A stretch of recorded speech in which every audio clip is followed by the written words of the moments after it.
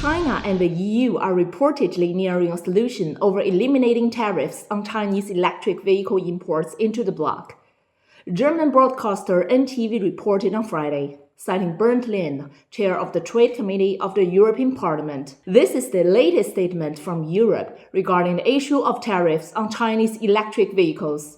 After the EU insisted on imposing the so-called final anti-subsidy tariff on Chinese EVs at the end of October, both sides have been continuing negotiations. During the G20 summit, leaders from major EU countries like Germany and France expressed their hope to resolve the EU-China trade disputes through negotiations as soon as possible. The EU has shown a desire to reach agreement with China quickly. One key reason is the impending inauguration of Donald Trump.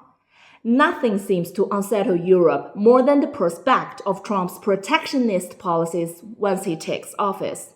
The possibility of Trump's tariffs triggering a trade war is already Europe's worst economic nightmare. The report noted that Trump has recently threatened multiple times to impose tariffs of 10% to 20% on all imports, and even European allies will not be spared. At the same time, China's firm determination to protect the development of its EU industry has also made Europeans hesitant. EU is China's second-largest source of dairy products. China announced on the 22nd an expansion of its countervailing duty investigation on EU dairy imports, targeting subsidy programs in countries such as Denmark, France, Italy, and the Netherlands. The EU not only provides substantial subsidies to sectors like dairy, but also to its EV industry, which it criticizes China for doing. The EU often adopts a double standards on subsidy issues. For years, the EU has actively subsidized its green transition through grants, tax exemptions, low-interest loans, loan guarantees, and price subsidies. The EU has channeled significant funding into lithium batteries, photovoltaic products, and EVs. With the EU economy in a slump and stagnating, the last thing it needs is a conflict with its two largest trading partners.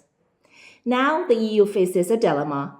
Can it afford a cold trade war with China while simultaneously entering a hot trade war with the US? Although the EU has expressed a desire to reach agreement with China quickly, it also harbors ulterior motives. The EU is planning to pressure Chinese companies to transfer intellectual property such as EV battery technology to European firms in exchange for subsidies.